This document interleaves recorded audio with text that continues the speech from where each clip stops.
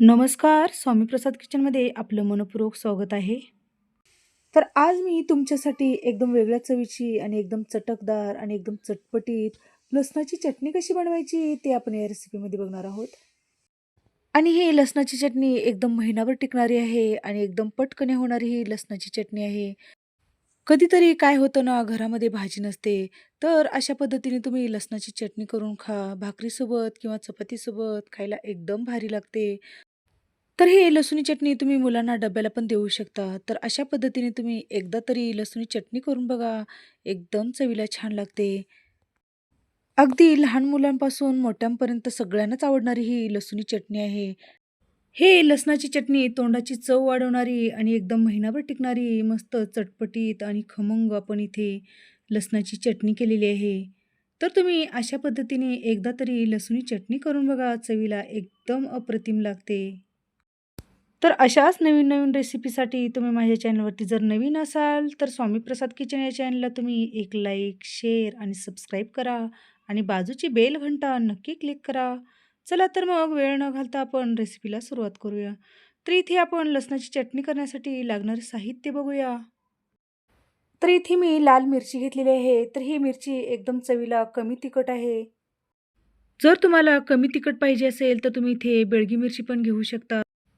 तर ही मिरची मी गरम पाण्यामध्ये 1 तासभरासाठी भिजत घालून ठेवलेलं आहे. तर त्याच्यासाठी एक अर्धी वाटी लसूण घेतलेला आहे.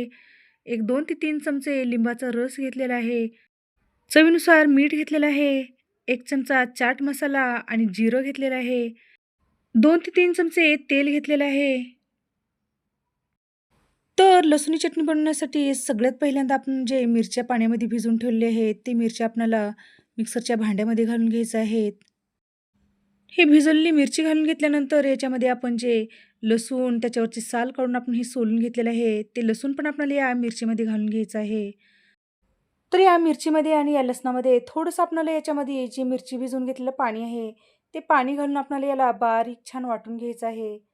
तर बघितलात तुम्ही पाणी घालून अशा पद्धतीने हे लसूण आणि मिरची छान याची पेस्ट बनवून घेतलेली आहे. तर यामध्ये जितकं पाणी कमी घालून पेस्ट करता येतील, तितकं आपल्याला हे बारीक पेस्ट करून घ्यायचे आहे. तर आपली इथे मस्त पेस्ट बनवून तयार झालेली आहे.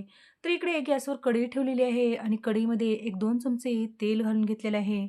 तेल कडकडीत गरम झाल्यानंतर त्याच्यामध्ये जिरं घालून घ्यायचं आहे. जिरं छान आपल्याला सोनेरी कलर येईपर्यंत परतवून घ्यायचं आहे. तर बघितलात तुम्ही इथे मस्त आपले जिरे छान फुललेले आहेत. तर यामध्ये आपल्याला बनवून घेतलेली यामध्ये पेस्ट घालून घ्यायचं आहे. तर हे लाल मिरची आणि लसणाची पेस्ट घालून आपल्याला याला परतवून घ्यायचं आहे, म्हणजे हे तळाला चिटकणार नाही. तर हे चटणी करत असताना आपल्याला तेल जास्तीच घालायचं आहे, म्हणजे चटणी ही तेल घातल्यामुळे 1 महिनाभर एकदम आरामात टिकते. म्हणून आपल्याला चटणीला तेल जास्त घालून घ्यायचं आहे. तर आपल्याला याला छान एक 2-3 मिनिटं मंद गॅसवर आपल्याला हे छान परतवून घ्यायचं आहे. तर इथे मी जे आपला नाश्त्याचा चमचा असतो ना, ते 1 चमचा भरून इथे मी या लसुणी चटणीमध्ये चाट मसाला घालून घेतलेला आहे. तर तुम्ही चाट मसाला घालण्याच्या ऐवजी इथे तुम्ही आमचूर पावडर घालून घेतलात, तरी पण ही चटणी एकदम छान आणि चटपटीत लागते. तर लक्षात असू द्या, या चाट मसाल्यामध्ये पण मीठ असतं, म्हणून तुम्ही अंदाज बघून याच्यामध्ये चवीनुसार मीठ घालून घ्यायचं आहे. तर यामध्ये 4 चमचे लिंबाचा रस घालून घेतलेला आहे. जर तुमच्याकडे व्हिनेगर असला, तर तुम्ही याच्यामध्ये व्हिनेगर पण घालून घेऊ शकता. व्हिनेगर किंवा लिंबाचा रस घातल्यामुळे या चटणीला आंबटशी चव येते आणि ही चटणी टिकायला मदत होते. तर ही चटणी जशी विकतची मिळते ना, त्याच चवीची आपली इथे घरी चटणी बनवून तयार होते. तर तुम्ही याच्यामध्ये लिंबाचा रस, व्हिनेगर घालून अशा पद्धतीने तुम्ही चटणी करून बघा. जसे बाहेर शेजवान चटणी किंवा लसुणी चटणी मिळते, त्याच चवीची आपली इथे चटणी बनवून तयार होते. तर या चटणीला आपल्याला एक 10 ते 12 मिनिट आपल्याला मंद गॅसवर आपल्याला हे चटणी छान शिजवून घ्यायचं आहे. तर या चटणीला आपल्याला सतत हलवत आपल्याला एक 10 ते 12 मिनिट आपल्याला याला तेल सुटेपर्यंत आणि याचा खमंग सुगंध येईपर्यंत आणि यामधलं पाणी आटेपर्यंत आपल्याला या चटणीला छान शिजवून घ्यायचं आहे. म्हणजे हे चटणी आपली टिकायला मदत होते. म्हणून आपल्याला याच्यामधलं पूर्णपणे पाणी आटेपर्यंत मस्त आपल्याला हे चटणी छान शिजवून घ्यायचं आहे. तर या चटणीचा रंग बघू शकता तुम्ही. थोडेसे शिजल्यामुळे ह्या चटणीला कलर किती सुंदर आलेला आहे आणि आपली या चटणीला छान साईडनी तेल पण छान सुटलं गेलेलं आहे. तर बघितलात तुम्ही एकदम मस्त आपली इथे एकदम छान चवीची आपली इथे चटणी बनलेली आहे. तर हे चटणी तुम्हाला महिनाभर टिकवायचं असेल, तर यामध्ये तेल जास्त घालायचं आणि यामध्ये लिंबाचा रस किंवा व्हिनेगर घालायचं. म्हणजे आरामात 1 ते दीड महिना ही लसूणी चटणी टिकते. हे सगळी जिन्नसं घालून आपण हे चटणी जर एकदम छान व्यवस्थित शिजवून घेतला, तर हे टिकायला एकदम छान मदत होते. तर ही चटणी छान एकदम मंद गॅसवर आपण छान परतल्यामुळे या चटणीला दाटसर पण आलेला आहे आणि मस्त इथे आपली या चटणीला तेल पण सुटलं गेलेलं आहे. तर तुम्ही विकतची शेजवान चटणी आणण्यापेक्षा अशा पद्धतीने लसूणी चटणी करून बघा. जशी विकतची लसूणी चटणी मिळते, शेजवान चटणी मिळते, त्याच चवीची इथे चटणी बनवून तयार होते.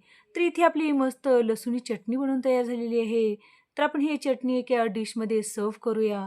तर बघितलात तुम्ही या चटणीला कलर किती सुंदर आलेला आहे आणि आपलं मस्त चटपटीत चवीची इथे चटणी बनवून तयार झालेली आहे. तर तुम्ही विकतची लसूणी चटणी किंवा शेजवान चटणी आणण्यापेक्षा अशा पद्धतीने तुम्ही घरच्या घरी लसूणी चटणी करून बघा. खूप छान चवीची इथे चटणी बनवून तयार होते. तर घरच्या घरी केल्यामुळे एकदम हेल्दी आणि हे पौष्टिक हे लसूणी चटणी आहे.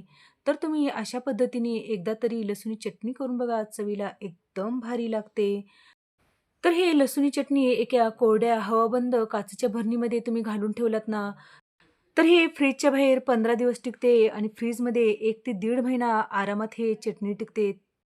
तर तुम्हाला आजची रेसिपी कशी वाटली नक्की एक कमेंट करा.